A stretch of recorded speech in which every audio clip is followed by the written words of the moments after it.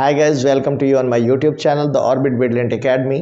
मैं फैसल फिर आप लोगों के सामने इशू ऑफ डिवेंचर्स की टॉपिक के साथ हूँ। लास्ट क्लासेस में हमने इंटरेस्ट ऑन डिवेंचर्स की टॉपिक तक कवर किया था। आज हम स्टार्ट करने वाले हैं writing off discount loss on issue of debentures, यानी हमें जो डिस्काउंट या लॉस राइट ऑफ करते हैं उसके बारे में अभी हमें सीखना है। थ्योरीज कराते समय बताया था कि it is mandatory to write off all losses related to debentures before it redeemed, यानी डिवेंचर्स को रिडीम्ड करने से पहले यह मैंडेटरी होता है, यह जरूरी होता है कि उससे रिलेटेड जितने भी लॉसेस हैं उनको ख़त्म किया जाए, राइट ऑफ किया जाए।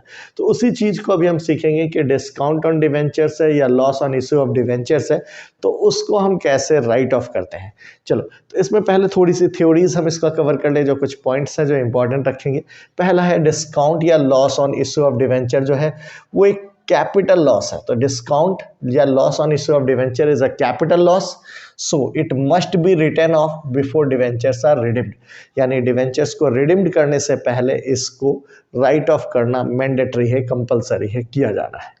अब इसमें दूसरा चीज़ है सेक्शन 52 जो है कंपनी एक्ट 2013 का, ये हमें अलाउड करता है कि हम यूटिलाइज कर सके सिक्योरिटी प्रीमियम को राइट ऑफ करने के लिए discount on issue of debentures को या loss on issue of debentures को, यानी loss on issue of debentures या discount on issue of debentures है उसको राइट ऑफ करने के लिए हम सिक्योरिटी प्रीमियम रिजर्व का यूज़ कर सकते हैं।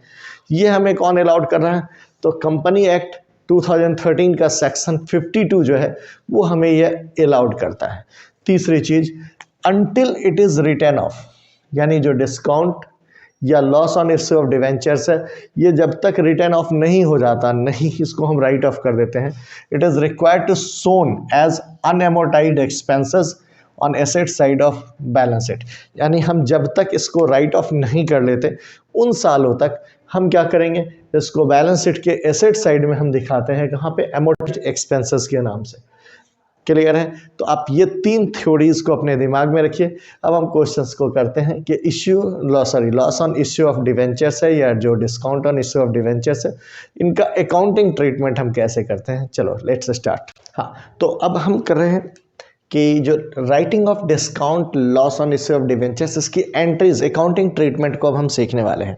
तो इसके अकाउंटिंग ट्रीटमेंट में क्या है, तो इसकी एंट्री हम नॉर्मली बनाते हैं, statement of P&L account debit कर देते हैं। 2 में आप क्या करते हो, डिस्काउंट या loss on issue of debentures ये टर्म्स लगाते हैं, यानी नॉर्मल हमारी एंट्री जो होती है statement of profit and loss account debit, 2 में डिस्काउंट या loss on issue of debentures. अब यहाँ पे एक चीज़ को आप थोड़ा सा ध्यान दो कि एक्चुअली डिस्काउंट को जो राइट ऑफ करने या लॉस को जो राइट ऑफ करने का तरीका है वो 2 ऑप्शन है हमारे पास, यानी 2 ऑप्शंस है। तो यहाँ पे क्या है, डिस्काउंट या loss on issue of debentures can be written off by this 2 options. हमारे पास 2 ऑप्शन है या 2 मेथड है जिसके थ्रू हम डिस्काउंट को राइट ऑफ कर सकते हैं। एक ऑप्शन है क्या कि it may be return of in the first year itself, यानी जिस साल हमने डिवेंचर्स को इशू किया उसी साल हम राइट ऑफ कर लेते हैं अपने लॉसेस को या डिस्काउंट को। दूसरा ऑप्शन होता है कि it may be return of during the life of the debentures, यानी जो डिवेंचर्स का लाइफ है, जितने साल तक हम डिवेंचर्स को रख रहे हैं अपने पास, उतने सालों में हम धीरे धीरे करके उनको राइट ऑफ करेंगे। तो हमारे पास ये 2 ऑप्शन है। हम पहले वाले ऑप्शंस को देखते हैं। ये वाले ऑप्शंस के लिए आपको मैंने बताया कि हमारे पास स्टेटमेंट ऑफ P&L ये यूज़ करने का ऑप्शन तो है ही, लेकिन इसके साथ साथ हमारे पास 2 चीज़ें और हैं। मैंने आपको बताया सिक्योरिटी प्रीमियम को हम यहाँ यूज़ कर सकते हैं, साथ ही साथ हमारे पास अगर कोई कैपिटल रिजर्व दे रखा हो तो वो भी यूज़ कर सकते हैं। तो अब हम जो एंट्री बनाएंगे, अगर इस वाले केस में हम चल रहे हैं तो हमारे पास अगर कैपिटल रिजर्व है तो हम एंट्री बनाएंगे कैपिटल रिजर्व अकाउंट डेबिट कर देंगे। अगर इससे हमारा काम पूरा हो जाता है, सपोज कर हमें जो डिस्काउंट राइट ऑफ करने हैं वो 2 लाख रुपए राइट ऑफ करने हैं, अब हमारे पास रिजर्व में पूरे 2 लाख हैं तो हम सिर्फ रिजर्व से पूरा कर लेंगे। तो अब एंट्री जो बनेगा हमारा 2 में क्या हो गया, डिस्काउंट या जो लॉस ऑन इश्यू है, loss on issue of debentures, ये नॉर्मल एंट्री हमने बना लिया। जो मैंने आपको शो किया, मैंने जानबूझ के यहाँ गैप छोड़ा है, क्योंकि अगर हमारे पास पैसे की दिक्कत होती है तो हमारे पास और क्या ऑप्शन है वो यूज़ करके आपको दिखाएंगे। तो नॉर्मल में जो कैपिटल रिजर्व डेबिट टू में डिस्काउंट या loss on issue of debenture, अगर 2 लाख रुपए की रिक्वायरमेंट है, 2 लाख हमारे रिजर्व में है, हम यूज कर लेंगे। अब सपोज करो कि हमारे रिजर्व में 2 लाख रुपए की जरूरत तो है, सॉरी डिस्काउंट के लिए हमें 2 लाख रुपए की जरूरत तो है, बट हमारे पास रिजर्व में 2 लाख रुपए पूरे ना हो, तो हम क्या करेंगे, यहाँ पे अब सिक्योरिटी प्रीमियम रिजर्व जो है उसको भी यहीं पे डेबिट कर देंगे, सिक्योरिटी प्रीमियम रिजर्व, इसको भी आप डेबिट कर लोगे, क्योंकि आपको बताया है कि हमें इंडियन कंपनी एक्ट जो 2013 है उसके सेक्शन 52 में ये ऑफर है कि हम चाहें तो सिक्योरिटी प्रीमियम रिजर्व के पैसे को भी यूज़ कर सकते हैं। तो अगर सिक्योरिटी प्रीमियम रिजर्व से हमारे पैसे, मतलब कैपिटल रिजर्व से हमारे पैसे पूरे नहीं हो रहे हैं, तो हम सिक्योरिटी प्रीमियम रिजर्व से उस पैसे को यूटिलाइज कर लेंगे। अगर सपोज करो उसके बाद भी हमारे पास पैसे कम हो जाए तो हम क्या करेंगे, चलो जैसे मैं आपको एग्जांपल दे रहा था अभी कि हमारे पास डिस्काउंट के लिए 2 लाख रुपए चाहिए, हमारे पास 2 लाख रुपए इसमें थे, तब तो 2 लाख इसकी बना दिए, सिक्योरिटी प्रीमियम की एंट्री की जरूरत ही नहीं पड़ी, ठीक है। बट सपोज करो मैंने कहा 2 लाख रुपए हैं, हमारे पास जो है कैपिटल रिजर्व में मात्र 1,21.2 लाख रुपीज है, तो हम क्या करेंगे, 0.8 जो है 80 जो हजार है वो हम क्या करेंगे, इसमें से ले लेंगे, किसमें से, सिक्योरिटी प्रीमियम रिजर्व में से। अब लेकिन एक तीसरा केस भी सोचो कि सपोज करो कि हमें 2 लाख की जरूरत थी, यहाँ पे ये क्या है 1 लाख इसके पास है और 0.8 लाख जो है हमारे पास सिक्योरिटी प्रीमियम रिजर्व में, यानी देखो 1,80,000 का इंतजाम हो गया, हमें तो 2 लाख चाहिए, तो हम क्या करेंगे, बाकी के पैसे के लिए हम स्टेटमेंट ऑफ P&L को यूज कर लेंगे, ठीक है। तो वहां पे हम statement of profit and loss के नाम से आप दिखा दीजिएगा, ये भी डेबिट कर दीजिए, ये जो आपका 0.2 लाख है यानी 20,000 रुपीज जो आपको रिड्यूस हो रहे हैं वो आप स्टेटमेंट ऑफ P&L से यूज करोगे। दैट मीन्स आप एक बार फिर से समझो, हमें राइट ऑफ करना है सेम ईयर में जिस साल हम डिस्काउंट को कर रहे हैं, तो अगर हमारे पास कैपिटल रिजर्व में पैसे हैं तो कैपिटल रिजर्व से निकलेगा, अगर उससे पैसे पूरे नहीं हो देन फिर हम सिक्योरिटी प्रीमियम को यूटिलाइज करेंगे, अगर सिक्योरिटी प्रीमियम रिजर्व में भी पैसे ना हो देन फिर हम स्टेटमेंट ऑफ P&L को यूज करेंगे। समझ में आया, क्लियर। और इसके हिसाब से अपोजिट में आपका 2 डिस्काउंट या loss on issue of debentures, ये आपकी एंट्री बन गई कंप्लीट, ठीक है। तो आप ये एंट्रीज बनाइएगा, कवर कीजिए क्वेश्चंस, आपसे आसानी से क्वेश्चंस हो जाएंगे इस टॉपिक के, ठीक है। हम अब नेक्स्ट टॉपिक पे आते हैं कि अगर डिस्काउंट को जो है या हम पूरे डिवेंचर्स के जो लाइफ स्पान है, टेन्योर है, उसके पूरे पीरियड को हम यूज करके अगर राइट ऑफ कर रहे हैं तो कैसे करेंगे। आओ चलिए, तो अब इसका जो सेकंड केस है क्या, it may be return of during the life of debentures, तो यहाँ पे भी हमारे पास 2 ऑप्शन आ जाते हैं, यानी हम 2 तरीके से इसको राइट ऑफ कर सकते हैं। एक केस क्या होगा, if equal amount write off each year, इसका पहचान ध्यान रखना कि if equal amount write off each year, ऐसा कह के बोलता नहीं है, इसको पहचानेंगे कैसे कि ये वाला मेथड यूज हो रहा है, तो भाई if lump sum payment, if debenture is redeemable after a fix time. Question में ऐसा कह रखा हो कि डिवेंचर जो है एक फिक्स टाइम के बाद रिडीमेबल है, फिक्स टाइम जैसे मान लो 5 साल 6 साल ऐसे करके उसके बाद डिवेंचर्स रिडीमेबल है, तो ये वाला पहचान हो गया कि इक्वल अमाउंट राइट ऑफ होना है। अब इसका दूसरा केस भी हो सकता है, तो इसका दूसरा केस हो सकता है कि proportionate amount write off each year, यानी हर एक साल एक अनुपातिक पैसे को राइट ऑफ किया जाता है। इसका पहचान जैसे आपने बताया क्या मैंने आपको कि इसका पहचान है if debenture is redeemable after fix time, एक फिक्स टाइम के बाद डिवेंचर्स का रिडीमेबल है, इसका पहचान ऐसे ही आप रिकॉग्नाइज करोगे, इफ डिवेंचर इज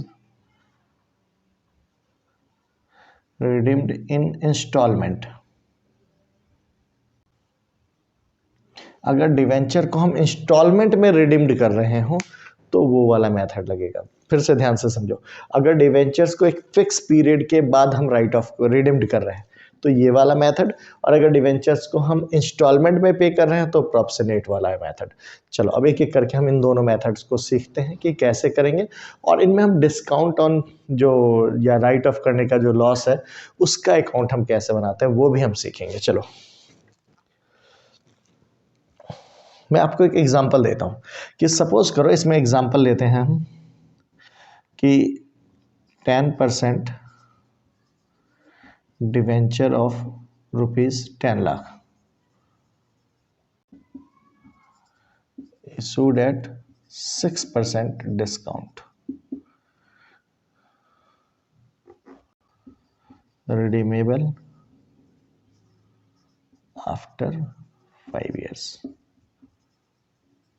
ठीक है, अब यहाँ पे मैं क्या कर रहा हूँ, 10% डिवेंचर है 10 लाख रुपए का, 6% डिस्काउंट पे इसको इश्यू किया गया है। अब आपसे बोला ये रिडीमेबल है आफ्टर 5 ईयर्स, 5 साल के बाद इसके पैसे वापस करने हैं। तो चलो इसको हम बनाते हैं।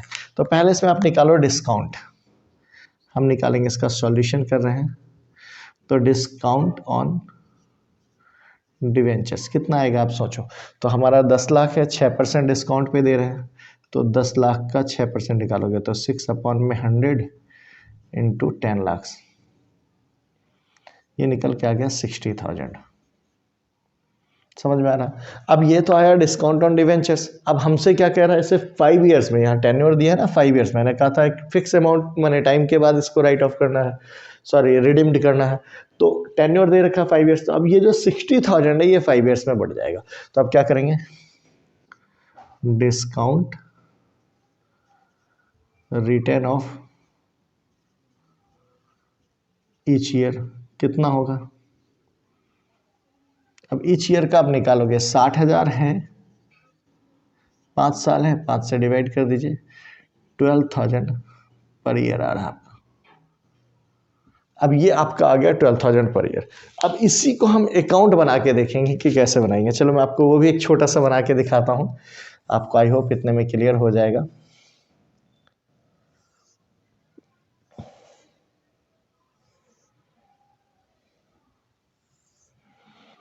ये है आपका डिस्काउंट ऑन डिवेंचर्स है, इसको loss on issue of debenture भी लिख लेना, मेरे पास जगह कम है इसलिए मैं ऐसे कर रहा हूँ। ठीक है, अब यह फर्स्ट ईयर में चल रहा है, तो फर्स्ट ईयर में बेटा डिस्काउंट है, तो यहाँ पे आएगा डिस्काउंट ऑन डिवेंचर्स कितना है, 60,000, हमने फर्स्ट ईयर में दिखा दिया। अब फर्स्ट ईयर का एंड जो होगा 31 मार्च को, वो जैसे सपोज करो मैं इसका कोई डेट ले लेता हूँ, तो इसका जो एंड आएगा 31 मार्च को, जो मान लो सपोज मैं आपको एक ईयर से दिखाता हूँ, तो सपोज करो 2005 का है। ठीक है, ये अप्रैल में इशू हुआ था, तो 2005 के अप्रैल के फर्स्ट को है। अब यहाँ पे 31 मार्च दिखाइएगा आप, 2006 आ जाएगा। अब यहाँ पे हम क्या करेंगे, बाय में statement of profit and loss करके 12,000 इसमें दिखा देंगे, और बाय में फिर बैलेंस आ जाएगा, बैलेंस CD 48,000। समझ रहे हो आप 48 कैसे हुआ, क्योंकि यहाँ पे 60 है तो 60 हमने इंडिकेट कर दिया है इसको, 60,000 ये आपका आ गया। अब ये वाला जो बैलेंस CD है ये फिर यहाँ पे 2006 में ही, 2006 में अप्रैल महीने में यहाँ पे आ जाएगा, अप्रैल में आप दिखा दोगे।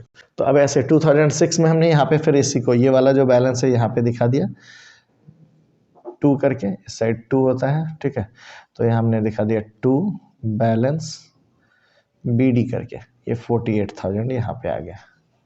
अब फिर यहाँ पे हम क्या करेंगे, 2007 आएगा, क्योंकि समझ रहे हो अकाउंट क्लोज जो होगा मार्च में होगा, तो मार्च 31 को। अब यहाँ फिर वैसे दिखाएंगे, बाय में statement of profit and loss, short में लिख रहा हूँ, आप इसको समझो, सिर्फ भावनाओं को समझो, चीज़ें तो आपको समझ में आ ही रही हैं। तो स्टेटमेंट ऑफ PNL में हम फिर 12,000 हम यहाँ पे इंडिकेट करेंगे, जो इस साल का राइट ऑफ होगा, क्योंकि हमें हर साल 12,000 रुपये राइट ऑफ करना है। तो अब देखो 48 में से 12 में 36,000 जो है आपके बैलेंस में रह जाएगा, तो फिर इसको आप यहाँ दिखाओगे बैलेंस CD करके। अब ये फिर इस साल क्लोज कर दिया आपने 48,000 को। ठीक है, अब ये 48 हमने यहाँ पे फिर से इंडिकेट कर दिया, ये क्लोज हो गया हमारा। ठीक है, अब ये जो 36 बैलेंस है ये फिर यहाँ आ जाएगा 2007 में, तो 2007 डेट क्या हो जाएगा, अप्रैल 1। अब यहाँ पे आप क्या कीजिएगा, वैसे ही दिखाएंगे 2 बैलेंस BD करके 36,000। फिर इस साइड फिर यहाँ 2008 में क्लोज होगा ये, तो मार्च में आप दिखाओगे ऐसे 31, यहाँ पे आ जाएगा बाय स्टेटमेंट ऑफ P&L के नाम से, statement of profit and loss के नाम से 12,000 रुपये आ गया। अब देखो 36 है, 12 है, फिर यहाँ पे आप राइट ऑफ करोगे तो ये 24,000 जो है आपका बैलेंस आ गया। बाय में बैलेंस CD करके आप ये दिखा दीजिएगा 24,000, 36, फिर यहाँ पे आपने टोटल दिखा। इस तरीके से अभी 3rd ईयर पे हम पहुंचे हैं, ठीक है। अब ऐसे आप 4th ईयर लाओगे 2009 में, फिर से 12,000 राइट ऑफ करोगे, ऐसे 2010 में 12,000 राइट ऑफ करोगे, 5 साल में ये कंप्लीट हो गया। तो ये आपको डिस्काउंट ऑन डिवेंचर्स अकाउंट बनाना है, ठीक है। तो ये वाला भी हमने फर्स्ट केस का कर लिया कि अगर फर्स्ट केस होगा तो हम इसको कैसे करेंगे, समझ में आ रहा है आपको, ठीक है। आगे बढ़े, चलो। तो अब हम इस वाले केस में आते हैं। If proximate amount each year जो है वो राइट ऑफ करना है तो कैसे करेंगे, चलो। तो देखो अब इस वाले केस में अगर प्रॉक्सिमेट अमाउंट ईच ईयर वाली बात हो तो हम कैसे करेंगे। चलो मैं इस डाटे को अभी डिलीट नहीं कर रहा हूँ, मैं इसी को यूज़ कर लूँगा। आप समझते हो मैं तो कंजूस हूँ, तो इतना कौन लिखेगा, आलसी वाली बात है। चलो इसे यूज़ करके देखेंगे कैसे यूज़ करते हैं। चलो फिर से एक बार वही इसी क्वेश्चंस को हम फिर से ले रहे हैं। अभी हमने क्वेश्चंस क्या कहा था कि कंपनी ने इशू किया है 10% debentures of 10 lakh at 6% debenture, 6% discount, sorry. अब यहाँ पे कंपनी ने 10% डिवेंचर 10 लाख वाले 6% डिस्काउंट पे इशू किया था। अब क्या कह रहा है, इसको रिडीम्ड करना है, redeemed bye drawing ₹2 lakh each year. अब यहाँ पे क्या कह रहा है, कंपनी जो है डिवेंचर्स को रिडीम जो करेगा वो कैसे करेगा, हर साल 2 लाख रुपए राइट ऑफ करेगा उसके हिसाब से। तो अब मैंने आपको बताया ना इंस्टॉलमेंट में पेमेंट होने की बात आ गई ना।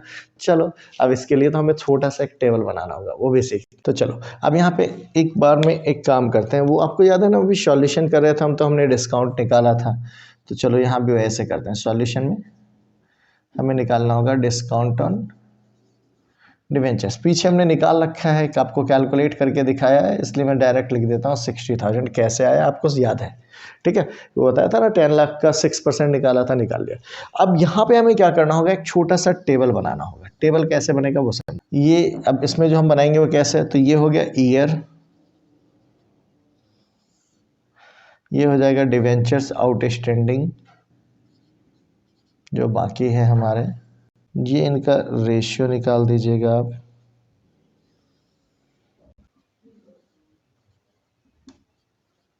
और ये होगा डिस्काउंट राइट ऑफ का टॉपिक, समझे। तो अब ये हमारा कॉलम आपको बन के तैयार हो गया। चलो इसके बेसिस पे एक बार हम देखते हैं कि कैसे बनेगा। तो देखो हमारा 10 लाख का डिवेंचर है, तो फर्स्ट ईयर में हमने माना था 2005, याद आया ना आपको, या मैंने बताया 2005 में। तो 2005 में हमारे डिवेंचर्स आउटस्टैंडिंग कितने हैं बेटे, 10 लाख, ठीक है। अब तो 2005 में है, अब हम क्या करें, हर साल हम 2-2 लाख रुपए पे करेंगे। हमने कहा है ना यहाँ पे 2 लाख ईच ईयर, हर साल हम ड्रॉ कर रहे हैं। तो यहाँ पे 2006 होगा, यहाँ पे हो गया 8 लाख, क्योंकि हमने 2 लाख पे कर दिया। ऐसे 7 में आओगे तो 7 में हो जाएगा 6 लाख। ऐसे जब 8 में आएंगे तो यहाँ हो जाएगा 4 लाख।